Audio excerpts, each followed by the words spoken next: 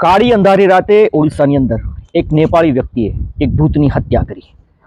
જી હા દોસ્તો, આ કેસને ઇતિહાસની અંદર મર્ડર ઓફ ધ ઘોસ્ટ નામથી ઓળખવામાં આવે છે, અથવા તો આ કેસને state of Odisha versus Ram Bahadur Thapa નામથી ઓળખાય છે. આ ભૂતની હત્યા કરનાર આ શખ્સને પકડી લેવામાં આવે છે અને પકડી લેવામાં આવ્યા બાદ તેને કોર્ટની અંદર લઈ જવામાં આવે છે, પરંતુ કોર્ટ છે તેને નિર્દોષ જાહેર કરે છે, તેને મુક્ત કરે છે. આ સમગ્ર મામલો શું છે? આ રામ બહાદુર થાપા કોણ છે? એ ઓડિશાની અંદર શું કરતો હતો અને કેમ તેણે એ રાત્રે એક ભૂતની હત્યા કરી છે અને આ ભૂતની હત્યા બાદ શું થયું છે? આ તમામ મુદ્દે વાત કરીએ, વિડીયોની શરૂઆત કરીએ. નમસ્કાર દોસ્તો, હું છું દિલીપ મોરી અને આપ જોઈ રહ્યા છો નમસ્તે ગીત. અનેક ક્રાઇમની ઘટનાઓ અને કેસ છે તે સામે આવ્યા છે, પરંતુ આ કેસ થોડો હટકે અને ચોંકાવનારો છે. આ કહાની, આ ઘટના છે તે ખૂબ જૂની છે, મતલબ કે દાયકાઓ જૂની. એ દિવસ હતો 1958નો અને આ દિવસે 20 મે હતી, મતલબ કે કાળી અંધારી રાત હતી. પરંતુ તે પહેલાં શું થયું એ જાણી લઈએ. ઓડિશાનો બાલાસોર કરીને એક જિલ્લો છે. આ જિલ્લાનું એક ગામ છે જેનું નામ છે રસ ગોવિંદપુર. આ ગામની સામે અન્ય એક ગામ છે તિલકુંડી, અને આ બંને ગામોની વચ્ચે એક જે બંધ હાલતમાં હતું, જેને બંધ કરી દેવામાં આવ્યું છે. એરોડ્રોમ મતલબ કે હવાઈ અડ્ડો, અને ડિફેન્સ છે તે તેની દેખરેખ કરતું હતું. પરંતુ આ હવાઈ અડ્ડો બંધ થયા બાદ તેનો જે સ્ક્રેપ હોય છે, મતલબ કે તેનો જે ભંગાર હતો તેને વહેંચવાનો હતો, અને તેની જાણકારી મળે છે કોલકાતાની એક કંપની છે ચેટર્જી બ્રધર્સ. આ કોલકાતાની ચેટર્જી બ્રધર્સ નામની કંપની છે તે આ ભંગાર રાખવા માંગતી હોય છે. તેનો માલિક છે જેનું નામ જગતબંધુ ચેટર્જી છે. આ જગતબંધુ ચેટર્જી આ કંપનીનો માલિક છે. તે અહીંયા પર આવે છે. તેની સાથે તેનો ખૂબ વફાદાર નોકર હોય છે જે નેપાળી હોય છે, રામ બહાદુર થાપા. જી હા, આ બંને છે તે આ રસ ગોવિંદપુર નામનું ગામ છે ત્યાં આ ભંગાર રાખવા માટે આવે છે. પરંતુ તેને લાગે છે કે ભંગારની ખરીદીમાં અને વહેંચાણમાં ખૂબ લાંબો સમય રહેવું પડશે. એ પરત જવાને બદલે આ ગામની અંદર રોકાવાનું નક્કી કરે છે, જેના કારણે આ ગામમાં રહેતા કૃષ્ણચંદ્ર પાત્રો કરીને એક વ્યક્તિ છે, તેનું મકાન છે જે ભાડે રાખવામાં આવે છે, અને આ બંને તેના મકાનની અંદર રહેતા હોય છે. આ કૃષ્ણચંદ્ર તે ગામની ભાગોળે એક ચાની લારી ચલાવતા હોય છે, એક ચાની ટપરી છે તે ચલાવતો હોય છે. આ બંને અહીંયા રોકાય છે તો તેને જાણકારી મળે છે કે જ્યાં આ એરોડ્રોમનો ભંગાર પડ્યો છે, જે સ્ક્રેપ પડ્યો છે, એ જગ્યાએ દિવસે કોઈ અવરજવર કરવામાં કોઈ જ પ્રોબ્લેમ નથી, પરંતુ રાત્રિના સમયે આ એરોડ્રોમ છે તેને ભૂતો છે તેને કબજે કરી લે છે. ત્યાં કોઈ ફરકતું નથી. અનેક ભૂતો એવા છે જે માથા વગરના છે, અનેક ચૂડેલો ત્યાં છે જે માણસના લોહીની પ્યાસી છે. આ ગામડાઓની અંદર, આ ગ્રામ્ય વિસ્તારોની અંદર આ વાતની સૌ કોઈને જાણ હતી. આ વાતની જાણ છે તે આ બંને વ્યક્તિને પણ થાય છે. તેને પણ અચરજ લાગે છે કે ભૂતો છે તે આ એરોડ્રોમનો કબજો લઈ લે છે, અને ત્યાં એટલા બધા ભૂતો છે કે રાત થતાં જ ત્યાં કોઈ ફરકતું નથી. ધીમે ધીમે સમય વીતે છે. 20 મે 1958નો દિવસ આવે છે. આ દિવસે રાત્રિના 11 કલાકે આ ચાની ટપરી ઉપર આ જે કંપની છે ચેટર્જી બ્રધર્સ, તેના માલિક હોય છે જગતબંધુ. આ સિવાય તેની સાથે જે નોકર હોય છે રામ બહાદુર, આ બંને રામ બહાદુર થાપા, આ બંને એ ચાની ટપરી ઉપર બેઠા હોય છે. ત્યાં દુકાને એ ચાનો માલિક હોય છે, ચા બનાવવા વાળો હોય છે કૃષ્ણચંદ્ર પાત્રો. આ ત્રણેય વ્યક્તિ રાત્રે 11 કલાકની આસપાસ એ સમયે ત્યાં બેઠા હોય છે. ત્યારે એક વ્યક્તિ છે ત્યાં આવે છે. તિલકુંડી ગામનો આ વ્યક્તિ હોય છે. ચંદ્રમાજી નામનો આ વ્યક્તિ હતો જે આ ચાની ટપરી ઉપર આવે છે અને તેમને રિક્વેસ્ટ કરે છે.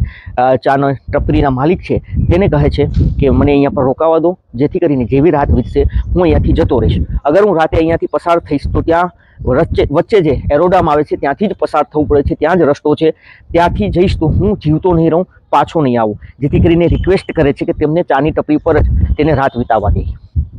પરંતુ આજે કલકત્તાથી આવ્યા હતા તે લોકો ને એવું અચરજ લાગે છે કે આજે કંઈક જગતબંધુ છે તેને એવું લાગે છે કે આ વાતો વાહિયાત છે, ખોટી છે, અફવા છે.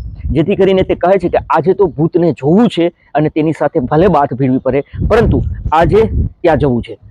આજે તિલકુંડી ગામથી જે વ્યક્તિ આવ્યો હોય છે ચંદ્રમાજી, તેને કહે છે કે અમે તમને તારા ગામ સુધી મૂકી જઈએ અને પરત આવીશું. આ વાતમાં તેનો જે પટ્ટાવાળો નોકર હોય છે રામ બહાદુર થાપા, તે પણ એગ્રી થાય છે અને તે કહે છે કે હું પણ સાથે આવું છું. છેલ્લે જે ચાના માલિક હોય છે, જેને મકાનમાં તે ભાડે રહેતા હોય છે, એ પણ કૃષ્ણચંદ્ર પાત્રો છે, એ પણ માની જાય છે. અને 4 લોકો છે તે રાત્રિના 11 કલાક બાદ કાળી અંધારી રાત હતી, આ વ્યક્તિ જે આવ્યો હતો તેને મૂકવા માટે જાય છે. ચંદ્રમાજીને આ 4 લોકો છે તે ચાલીને એ ગામથી બીજે ગામ જવાનું હોય, વચ્ચે એરડોમ આવતો હોય છે, એ હવાઈ અડ્ડો આવતો હોય છે જ્યાં ભૂતોનો ડેરો હોય છે. આ લોકો જાય છે 4 સાથે, ત્યારે કશું નથી થતું. એ વ્યક્તિને ત્યાં તેના ગામમાં મૂકી દે છે અને ફરી એક વખત રાત્રિના 12 કલાકની આસપાસ તે પરત ફરે છે. એ જ્યારે પરત ફરે છે ત્યારે તેને એવું લાગે છે કે જાતે વખતે ભૂતો ના મળ્યા, કશું જોવા ના મળ્યું, પરંતુ હવે શું જોવા મળશે, અફવા છે. ત્યાં અનેક પ્રકારના જીવજંતુઓનો અવાજ છે તે પણ આવતો હોય છે. આ લોકો તમામ પરત 3 લોકો ફરતા હોય છે. આ સમયે ત્યાં 3 પડછાયા દેખાય છે, પ્રકાશ દેખાય છે થોડો ઘણો ફાનસનો, અને 3 પડછાયા દેખાય છે. આ પડછાયા દેખાયાની સાથે જ આ લોકોને લાગે છે કે આ ભૂત છે, આ પલિત છે, અને તેમાં તે ભાગવાને બદલે તેને નક્કી કર્યું કે લડી લેવાનું થાય છે. આ જે રામ બહાદુર થાપા છે, જે નેપાળી છે, આ 3માં એક પાસે જ હથિયાર હતું, ખુકરી.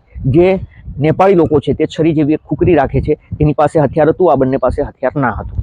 એ રામ બહાદુર થાપા છે તે જે દિશામાં પડછાયો પડતો હતો એ દિશામાં દોડે છે. આ બંને લોકો તેની પાછળ રહી જાય છે, અને રામ બહાદુર થાપા છે તે અંધારાની અંદર એક પછી એક ખુકરી છે તે ફેરવવા લાગે છે. આ ખુકરી જ્યારે તે ફેરવતા હોય છે ત્યાં બિલકુલ અંધારું હોય છે અને ચીસો સંભળાતી હોય છે, એ પણ મહિલાઓની. આ ચીસોમાં એક ચીસ આ કૃષ્ણકાંત પાત્રો છે તે જે ચાની ટપરી ઉપર બેઠો હોય છે તેની ચીસ સંભળાય છે કે હું છું, બસ કર હવે નેપાળી, તે મને મારી નાખ્યો. આ નેપાળી છે ત્યારબાદ થોભી જાય છે, અને ત્યારબાદ એ ત્યાં દિવાસળી કરે છે, પ્રગટાવે છે. તો ત્યાં મહિલાઓ છે 3 તે લોહીથી લથપથ હોય છે, જેમાં એક મહિલાનું ઓન ધ સ્પોટ મોત થઈ ચૂક્યું હોય છે, જ્યારે 2 મહિલા ખૂબ ગંભીર રીતે ઘાયલ થઈ હોય છે અને કણસતી હોય છે. તેની સાથે આવેલો કૃષ્ણચંદ્ર પાત્રો છે તે પણ કણસતો હોય છે, કારણ કે તેને પણ ખુકરી વાગી હોય છે. આમ એ તમામને ત્યાં જાણકારી મળે છે. એ મહિલાઓ છે જે કણસતી હોય છે એ કહે છે કે અમે બાજુના અન્ય ગામમાંથી આવીએ છીએ, અમે माझी સમાજમાંથી આવીએ છીએ, અને અમે અહીંયા પર મહુડાના ફૂલ વીણવા માટે આવ્યા હતા, ઔષધિ માટે અને અન્ય કારણો માટે, અને તમે અમારા ઉપર હુમલો કર્યો છે. આમ આ તમામને હોસ્પિટલ ખસેડવામાં આવે છે. સવારમાં પોલીસ છે તે આવે છે, અને પોલીસ આવ્યા બાદ આ રામ બહાદુર છે તેની ધરપકડ કરવામાં આવે છે. તેના ઉપર સેક્શન 302, 306 અને 304ની કલમ લગાવવામાં આવે છે, અને તેને અરેસ્ટ કરી લેવામાં આવે છે. ત્યારબાદ તેને સેશન કોર્ટની અંદર હાજર કરવામાં આવે છે. સેશન કોર્ટની અંદર આ કેસ છે તે થોડો સમય ચાલે છે, અમુક મહિના, અને સેશન કોર્ટ છે તે અચાનક પોતાનો ફેસલો છે તે સંભળાવે છે. સેશન કોર્ટ છે તે 79 મતલબ કે 79ની કલમનો હવાલો આપે છે, અને આ વ્યક્તિને નિર્દોષ મુક્ત કરે છે. 79 કલમ છે તે અજાણતા જે હત્યા થઈ હોય, અજાણતા મારી દેવાયું હોય તેના માટેની છે, અને આ કલમના હવાલા હેઠળ આ જે રામ બહાદુર થાપા છે નેપાળી તેને મુક્ત કરવામાં આવે છે. પરંતુ સામેના જે ગામના લોકો જેના મોત થયા હતા 2, એ લોકો હાઈકોર્ટમાં આ કેસને પડકારે છે. મિસ્ટેક ઓફ ફેક્ટ કહીને આ કેસ છે તેને બંધ કરવામાં આવ્યો હતો, પરંતુ તેને હાઈકોર્ટમાં પડકારવામાં આવે છે, અને હાઈકોર્ટ છે તે આ કેસ ચલાવે છે. આ કેસમાં સેશન કોર્ટે જે હુકમ કર્યો હતો, સેશન કોર્ટે જે જજમેન્ટ આપ્યું હતું એ મુજબ હાઈકોર્ટે એક જજમેન્ટ જૂનું છે તેને ટાંકવામાં આવે છે. 1952ની અંદર આપણા દેશની અંદર આ વિસ્તારોની અંદર એક વ્યક્તિ છે જે પહાડીઓની અંદર ઔષધિઓ લેવા માટે ગયો હોય છે, અને ત્યાં પહાડ ઉપરથી તે નીચે પટકાય છે. જોકે તે બચી જાય છે, પરંતુ તેના દિમાગ ઉપર ચોટ લાગે છે, તેની યાદદાસ્ત છે તેમાં અસર કરે છે, અને તે પોતાના જ દીકરાને કુહાડીથી મોતને ઘાટ ઉતારે છે. તેને એવું લાગતું હતું કે તેનો વાઘ છે તેને હુમલો કરી રહ્યો છે, અને તે વાઘ તેના ઉપર હુમલો કરે છે, અને તે એવું એના મગજમાં એવું હોય છે, અને તે કુહાડી લઈને પોતાના દીકરાને કાપી નાખે છે. પરંતુ એ વ્યક્તિને પણ કોર્ટ છે તે અજાણતા તેનાથી થયું હોય છે, તેના કારણે તેને મુક્ત કરે છે. અને આ જ કારણે આ જે રામ બહાદુર થાપા છે તેને પણ કોર્ટ છે તે મુક્ત કરે છે કે તેનો ઈરાદો મારી નાખવાનો નહોતો.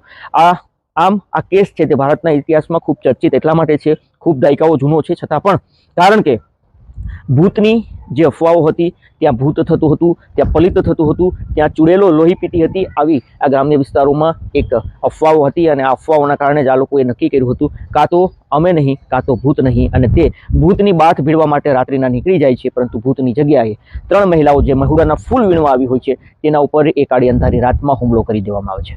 તો કંઈક આ ઘટના છે તે ઓડિશામાં બની હતી, અને આજે તેને એટલા જ માટે યાદ કરવામાં આવે છે કે આ કેસ છે એમના અન્ય કેસોથી અલગ છે, અને તેના કારણે જ આ કેસ છે તે ઇતિહાસ બન્યો છે. ઇતિહાસમાં તેને યાદ કરવામાં આવે છે. દોસ્તો, આવી જ અવનવી ક્રાઇમની ઘટનાઓ અને ખબરો માટે આપ અમારી યુટ્યુબ ચેનલ નમસ્તે ગીરને સબસ્ક્રાઇબ કરો. અગર આપ આ વિડીયો ફેસબુક અથવા ઇન્સ્ટાગ્રામ પર જોતા હોય તો ફોલો કરો. અમારો હેતુ કોઈને નુકસાન પહોંચાડવાનો કે બદનામ કરવાનો નહીં, આપને સચેત અને જાગૃત કરવાનો છે.